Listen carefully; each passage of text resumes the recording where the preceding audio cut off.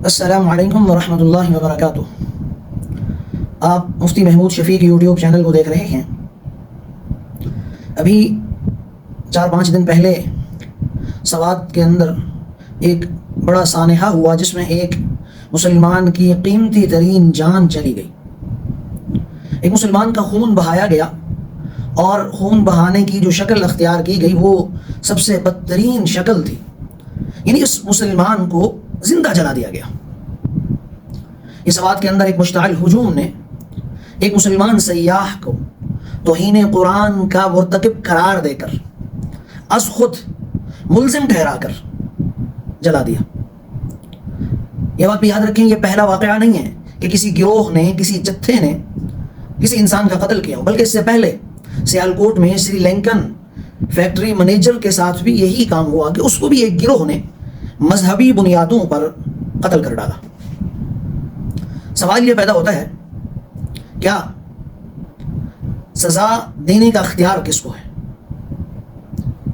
اس واقعے میں بھی کئی سوال پیدا ہوتے ہیں، اور اس کے علاوہ جتنے واقعات اس طرح کے ہوتے ہیں ہر واقعے میں مختلف سوالات پیدا ہوتے ہیں۔ مثلا اس واقعے کے اندر یہ سوال پیدا ہوتا ہے، کیا اس نے قرآن پاک کو جلایا تھا یا نہیں؟ کیا اس نے ان اوراق کو جلا کر گٹر میں یا کسی اور جگہ بہایا تھا یا نہیں؟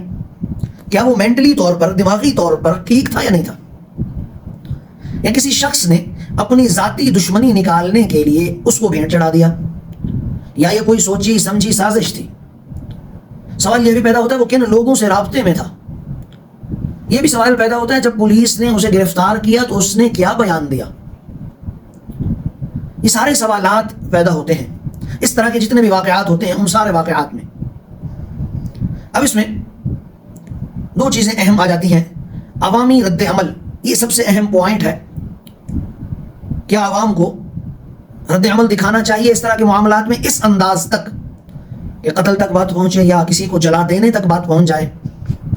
تو اس حوالے سے یہ بات بھی یاد رکھیں کہ سزاؤں کا نفاذ صرف عدالت کر سکتی ہے۔ عدالت سزا سنا سکتی ہے اور ریاست کی ذمہ داری ہے کہ وہ ان سزاؤں کا نفاذ کرے۔ کسی بھی دوسرے شخص کو، چاہے وہ کوئی بھی کیوں نہ ہو، یا کسی بھی گروہ کو خود مدعی، وکیل، جج، قاضی بننے کی کوئی صلاحیت اور اہلیت نہیں ہے کہ وہ از خود اپنے آپ کو قاضی سمجھ کر، وکیل سمجھ کر، مدعی سمجھ کر دوسرے پر فیصلہ صادر کر دے اور اس کو قتل کر دیا جائے۔ اگر کوئی شخص قانون کو اپنے ہاتھ میں لیتا ہے، ریاست کی رٹ کو چیلنج کرتا ہے، اور کسی ایسے آدمی کو جس پر توہین قرآن کا الزام ہے، توہین رسالت کا الزام ہے، توہین خدا کا الزام ہے، توہین مذہب کا الزام ہے، اور اسے قانون ہاتھ میں لے کر مجرم ثابت کر کے سزا دے دیتا ہے، تو فقہائے کرام نے اسے افتیات میں شمار کیا ہے، اور اس کے 2 طریقے بیان کیے ہیں۔ نمبر 1، پہلی چیز، اس شخص نے حد کی بجائے کوئی اور سزا دے دی ہو، تو ظاہر ہے یہ شخص فساد فی الارض کا مرتکب ہوا ہے۔ اس لیے یہ آدمی جس نے حد کی سزا نہیں دی، کوئی دوسری سزا دی ہے اپنی طرف سے، تو فساد کی وجہ سے خود سزا کا مستحق ہے، اس کو سزا دی جائے۔ اس نے قانون ہاتھ میں لیا، ایک آدمی کو مارا پیٹا، قتل کیا، یا کچھ اس کے ساتھ برا سلوک کیا۔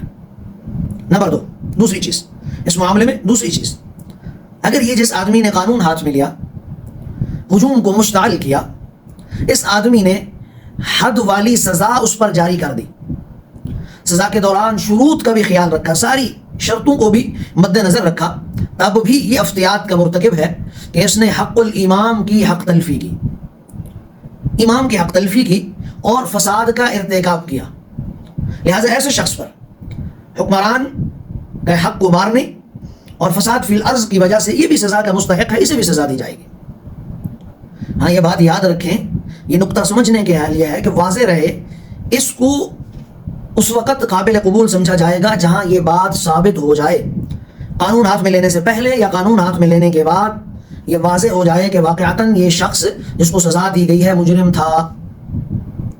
اگر قانون ہاتھ میں لینے سے پہلے یا بعد میں، اس کے زندہ رہتے وقت یا اس کے بعد یہ پتہ چل جائے کہ یہ جو جرم کیا گیا، اس آدمی کو جو مارا گیا، حقیقت میں وہ آدمی مجرم نہیں تھا، وہ توہین قرآن کا، توہین مذہب کا، توہین رسالت کا حقیقت میں مجرم نہیں تھا، تو جس نے عدوان کیا قصاصاً یہ واجب القتل ہے۔ یہ اس نے عدوان کر کے اس کو قتل کیا، ظلماً قتل کیا، یہ فسادی ہے، یہ باغی ہے، اس نے قتل کر دیا۔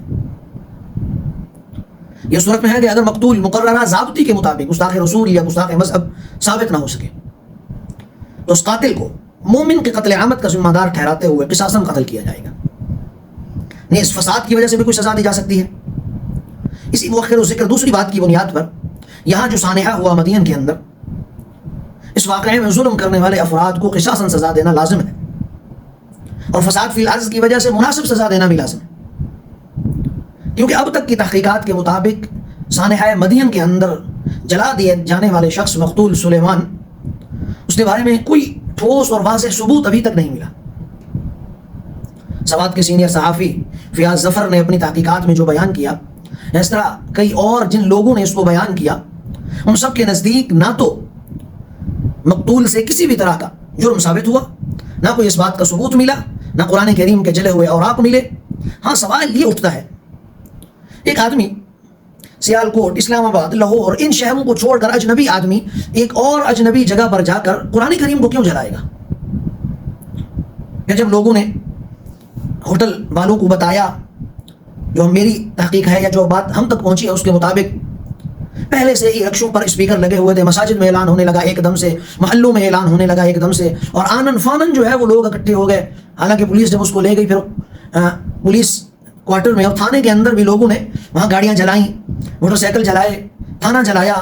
اور یہ حقیقت ہے، ایک گاڑی میں قرآن کریم موجود تھا، تھانے کے اندر قرآن کریم موجود تھا، مشتعل ہجوم نے اس کو جلا دیا. یہ کیسی دینی غیرت اور حمیت ہے؟ خود قرآن کریم جلایا جا رہے ہیں گاڑیوں کے اندر، تھانے کے اندر، لیکن ایک ایسا آدمی جس پر صرف الزام ہے، وہ تھانے میں کلمہ پڑھ رہا ہے، لا الہ الا اللہ محمد الرسول اللہ کہتا ہے، بغیر کسی ٹھوس ثبوت کے، مجرم ثابت کیے بغیر عوام اپنے جوش میں جذبات میں آ کر ایک مسلمان کا قتل کر دیتی. کیا انہیں وہ واقعہ یاد نہیں ہے اسامہ بن زید رضی اللہ تعالی عنہ والا؟ کہ ایک غزوے میں، ایک جنگ کے دوران، جب اسامہ بن زید ایک کافر کی چھاتی پر سوار ہوئے اس کو قتل کرنے کے لیے، اس نے اس وقت کلمہ پڑھ لیا، لا الہ الا اللہ محمد الرسول اللہ. اسامہ نے پھر بھی قتل کر دیا. جب واپس آئے تو اللہ کے رسول کو جب بتایا تو رسول اللہ نے فرمایا، اے اللہ میں اسامہ کے اس فعل سے بری ہوں. اسامہ فرمانے لگے، یا رسول اللہ اس نے ڈر کی وجہ سے کلمہ پڑھ لیا تھا، وہ ڈر رہا تھا اس وجہ سے اس نے کلمہ پڑھ لیا. تو اللہ کے رسول نے فرمایا، کیا تم نے اس کا سینہ چیر کر دیکھا تھا؟ شققت قلبہ، کیا تم نے اس کا دل چیرا تھا، اس کا سینہ چیرا تھا، دیکھا تھا کہ وہ ظاہری طور پر کلمہ پڑھ رہا ہے یا حقیقت میں پڑھ رہا ہے؟ یہاں ایک آدمی کو وہ کلمہ بھی پڑھ رہا ہے، وہ کہہ بھی رہا ہے کہ میں نے قرآن کریم نہیں جلایا، بغیر کسی ثبوت کے، بغیر کسی ٹھوس بات کے ایک مومن کی جان کا قتل کر دیا جاتا. یاد رکھیں اس طرح کے واقعات توہین قرآن اور توہین مذہب کے انتہائی سخت ترین واقعات. اس بارے میں کوئی دو رائے نہیں ہے کہ کسی بھی جتھے کو، کسی بھی گروہ کو محض الزام کی بنیاد پر قتل عام کی اجازت نہیں ہے، قانون ہاتھ میں لینے کی اجازت نہیں ہے. حکومت وقت کو اب چاہیے، یا پہلے جتنے واقعات چاہیے، اس طرح کے سارے ملزمان کو، مجرمان کو گرفتار کر کے کڑی سزائیں دی جائیں، ورنہ یہ واقعات تھمیں گے نہیں. اس طرح کے واقعات میں کوئی کھلی چھوٹ نہیں ہے. ماورائے قتل اگر برداشت کر لیا جائے، ماورائے عدالت یہ واقعات برداشت کیے جائیں تو زمین فساد سے بھر جائے گی، ہر طرف قتل و غارت گری ہوگی.